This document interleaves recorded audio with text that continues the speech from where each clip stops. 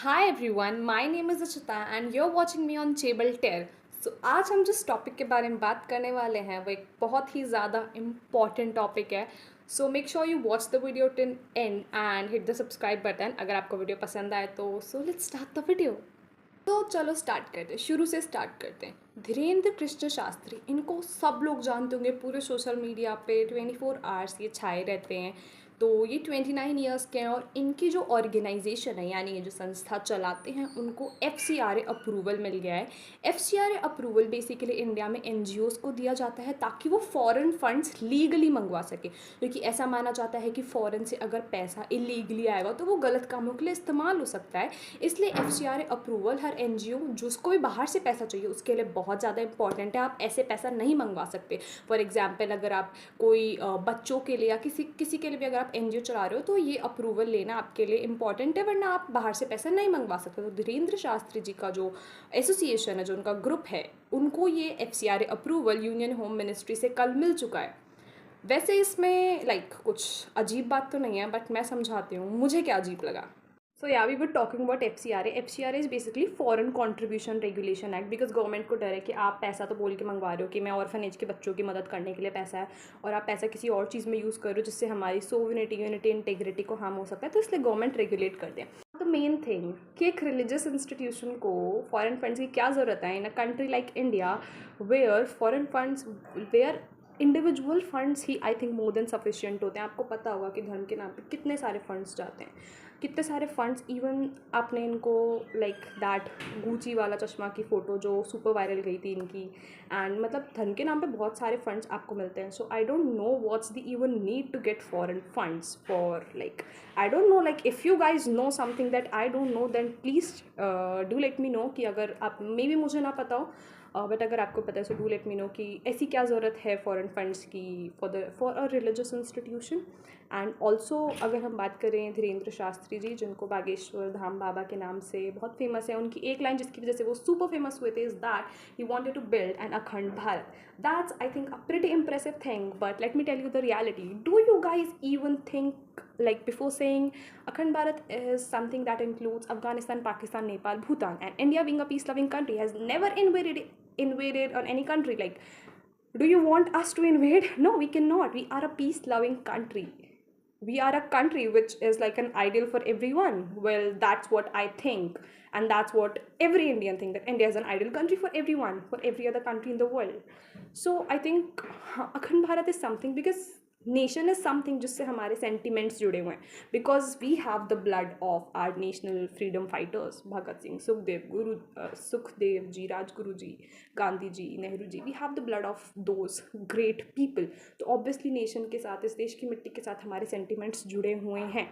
तो ऑब्वियसली हमें कोई कुछ भी बोलेगा तो हम भाई मर मिटने को तैयार हो जाते हैं. आप देख सकते हो देश की बात आती, जब ऑपरेशन सिंदूर हुआ तो लोगों ने कितना सपोर्ट करा था. That shows our unity, that shows our integrity, that shows the sense of being an Indian. So I think कि जब हम ये चीज़ बोलते हैं कि अखंड भारत, तो it's like playing with our emotions, playing with our own emotions, because this is not practicable.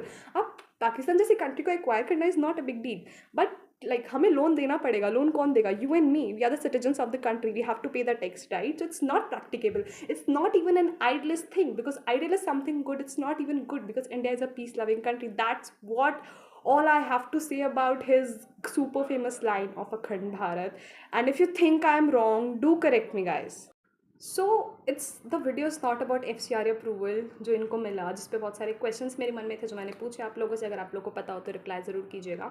The second thing is about the young babas thing. It's not only about the Dhirendra Shastri ji, but also the 10 years old Abhinav Arora, जिन्होंने अभी तक adulting नहीं करी है. Is so privilege to have all the riches in his life. जिन्होंने अभी तक adulting नहीं करी, and if you watch his video he will tell you about how not to take stress. Bro, you have not even touched adulting, you have not even lived alone, you have experienced all the riches of your life, you move in Porsche, and then you are guiding me how not to take stress. Why? I have a lot of problems in my life, right? And also ancient India, rishi munis, they took 100 years, thousands years to attain that eternal knowledge.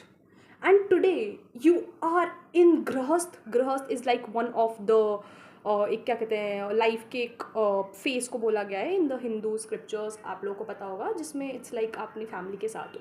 So it's like आप उसके अंदर you are giving every one the spiritual gyaan. Because ancient India में तो ये होता था कि भाई आपने गृहस्थ छोड़ दिया और फिर आप लोगों को स्पिरिचुअल ज्ञान देते हो. But okay, I don't know if it's in the shastras or not, I am not sure about it, but actually Lord Buddha की बात करें, उनको भी like 12 years लगे थे to attain that ज्ञान. महावीर जैन की बात करें, उनको भी टाइम लगाता है. हिंदू गुरुज की बात करें, जो हिंदू में ऋषि मुनीस थे, फ्रॉम वाल्मीकि टू और भी बहुत सारे थे, मुझे ऐसे नाम याद नहीं आ रहे अभी, बट उनको थाउजेंड्स ऑफ ईयर्स लगे. I have just one question, आपने 29 ईयर्स की एज में कैसे अटेन कर लिया? एंड इनकी बात नहीं है, 10 years old Abhinav Arora, that cute little kid की भी बात है, and also the pookie baba. Please let me know, अगर आपने इतने कम एज में कर लिया, if you can do it then I can also do it. I really want to attain that eternal knowledge. Just do let me know how can I, because I'm 20 and maybe अगर मैं भी आप, because if a guy can be a spiritual leader at 10 years, I can be at 20, why not? Nothing is impossible, right? Well दोस्तों, video को and करने से पहले मैं आप लोगों को ये कहना चाहूँगी कि it's like playing with our sentiments when we say this lines of making an Akhand Bharat. India को ग्रेट बनाना इज़ समथिंग जो हमारे जो फ्रीडम फाइटर्स थे उनका सपना था. जब इंडिया को इंडिपेंडेंस मिली थी ना, they want India to be like the, जो हम विकसित भारत की बात करते हैं 2047. आई थिंक हम 2047 से पहले हो जाएंगे अगर हम रियल डेवलपमेंट पे ध्यान दें, रेदर देन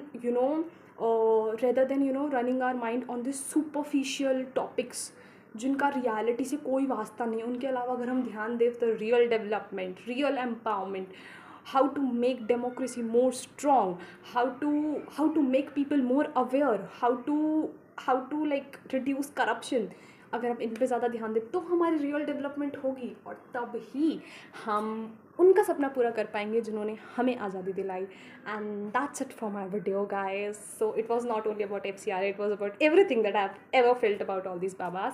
एंड ऑब्वियसली अगर मैंने किसी भी पॉइंट पे कोई भी गलत पॉइंट रखा हो, so feel free to correct me, because obviously nobody is perfect, and I hope मैंने किसी के सेंटिमेंट्स को हर्ट नहीं किया होगा, but that's something what I felt. And अगर आप मेरी बात से अग्री नहीं करते, so that's completely fine, because किसी की बात को सही कर, अगर मैं सही हूँ तो इसका मतलब ये नहीं कि मुझसे सब लोग अग्री करें, या अगर मैं गलत हूँ तो भी इसका मतलब ये नहीं कि मुझसे सब लोग डिसअग्री करें.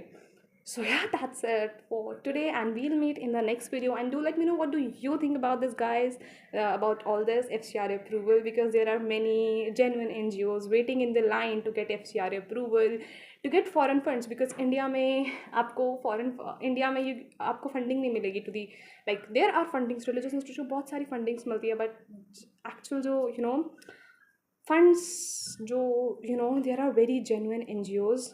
लाइक अब अंदर क्या होता है वो तो मुझे भी नहीं पता, but I have read about several NGOs. एक तो शायद कोई NGO था जिसने इरिगेशन में बहुत हेल्प करी थी, एक विलेज को कम्प्लीटली टर्न कर दिया था from a very poor village to a rich village. I am not able to remember उसका नाम क्या है, बट या सो बहुत सारे जेन्युइन NGOs भी हैं, and they are waiting in the line for FCRA approval, but still it's pending. So yeah, that's it for the day, and we'll meet in the next video. Until then, bye bye.